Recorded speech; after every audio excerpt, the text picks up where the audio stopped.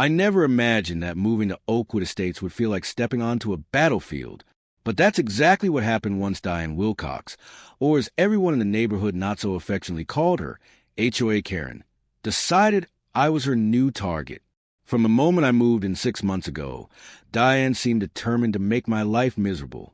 She made it her personal mission to report every minuscule violation she could find on my property. My grass? Apparently a quarter-inch too tall. My mailbox? The wrong shade of forest green. My recycling bin? Left on the curb for 22 minutes too long after collection. Each infraction came with a formal notice, slid into my mailbox like a calling card, signed in red ink and stamped with a ridiculous custom HOA seal she had made just for herself. As president of the Oakwood Estates Homeowners Association, Diane wielded her clipboard like a weapon. Every Saturday morning, right at 9 a.m. sharp, she'd begin her patrol. Her silver streak bob would bounce with each determined step, measuring tape in one hand and camera in the other.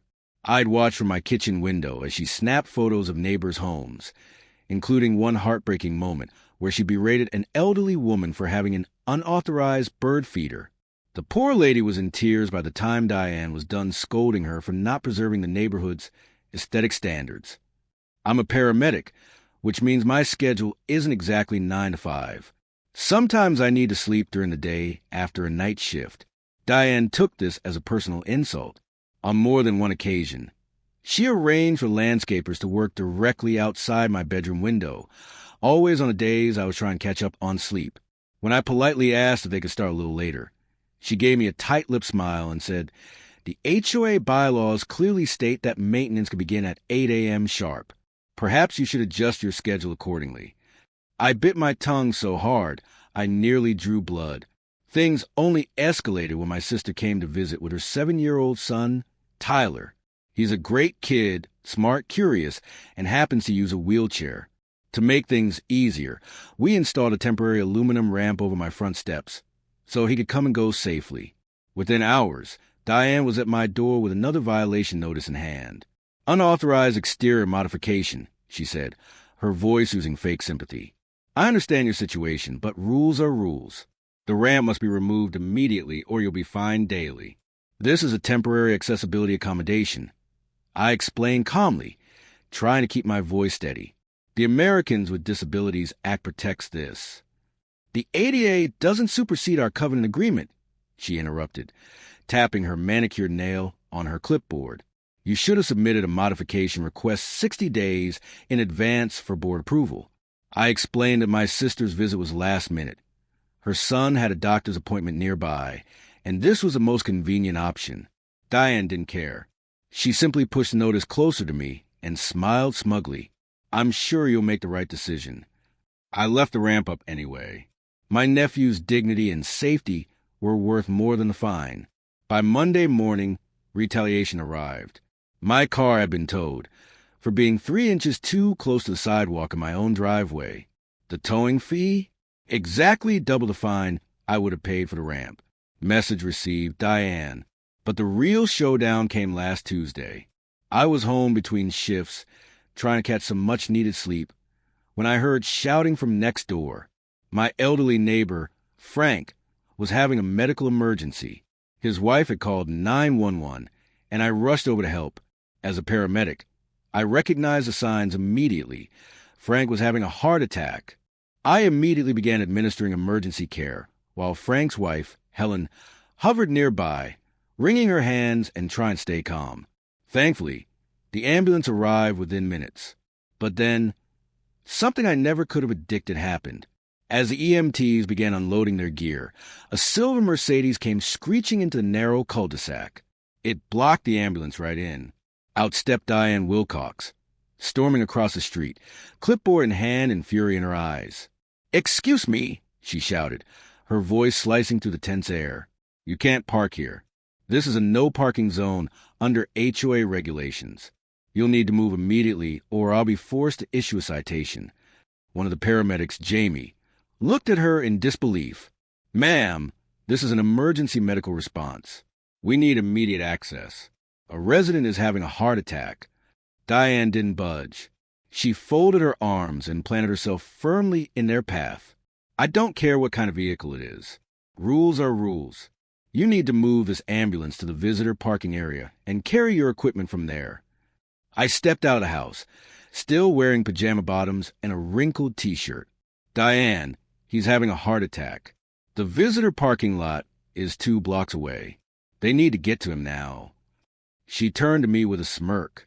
Well, of course you're involved in this disruption. Maybe if your friend had followed a heart-healthy lifestyle, in accordance with our community wellness guidelines, this wouldn't be happening. I honestly didn't think it was possible to be shocked by her anymore, but that comment stopped me cold. The EMTs tried to maneuver around her, but she physically stepped in front of the stretcher, blocking their path again. I've already called the tow company, she announced. They'll be here shortly. You can either move this vehicle yourselves or it's getting removed. Jamie immediately radioed for police backup. The second paramedic tried to talk her down, but it was no use. I went back inside to continue helping Frank, who was fading fast. Every second mattered, and I had to focus on saving him, not screaming at Diane. Outside, her voice only got louder. I caught snatches of it through the open door. As HOA president, I have the authority to enforce our regulations. This emergency doesn't override the covenant. This ambulance is decreasing property values. When the police arrived, thank God, it was Officer Rodriguez, someone I'd worked with on plenty calls before. She stepped out, took one look at the scene, and immediately turned to Diane. Ma'am, move your vehicle right now. Instead of complying, Diane launched into a tirade. I am the president of the HOA. Police have no jurisdiction over association rules. Rodriguez didn't flinch. You are obstructing emergency medical personnel. That's a criminal offense. Move your car immediately or you will be arrested. Diane's face turned an alarming shade of red. Do you know who I am? I'm on a first-name basis with the mayor. You can't threaten me. What happened next? Easily one of the most satisfying moments of my life.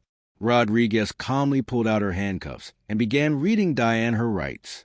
Diane Wilcox, you are under arrest for obstructing emergency services. That's a Class A misdemeanor, punishable by up to 1 year in jail and a $2,500 fine.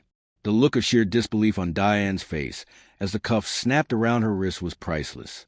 Her clipboard clattered to the pavement, and even as she was led toward the police car, she kept shouting about bylaws and how everyone would be fired for this. But for the first time in months, no one was listening to her. Meanwhile, the ambulance was finally able to get Frank to the hospital. Thankfully, he made a full recovery. News of Diane's arrest spread to the neighborhood like wildfire. By that evening, the HOA had called an emergency meeting. I showed up straight from work, still in my paramedic uniform. The community center was packed, more people than I'd ever seen at an HOA meeting. Some neighbors I hadn't even spoken to before came up to share their own run-ins with Diane. Turns out I wasn't her only target, just her latest. Ted, the soft-spoken HOA vice president, called a meeting to order. It didn't take long. The board voted unanimously to remove Diane from her position effective immediately. But they didn't stop there. They also agreed to pursue a restraining order, barring her from holding any board position for at least 5 years, citing abuse of authority and creating a hostile living environment. Then things got even more public.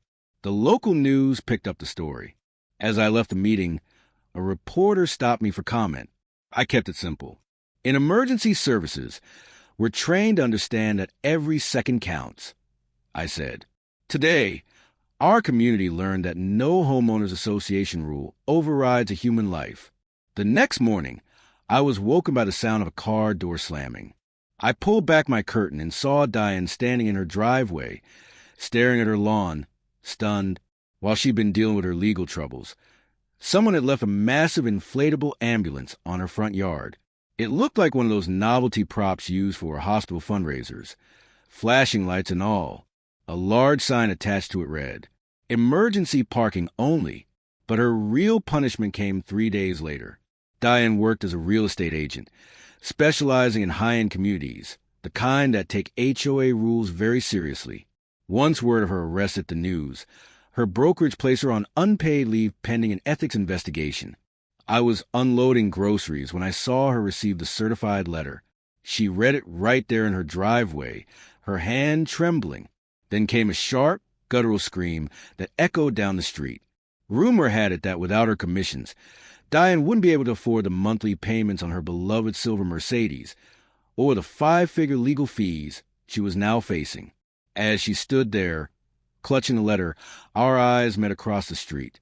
For the first time since I'd moved in, Diane Wilcox said nothing, not a word.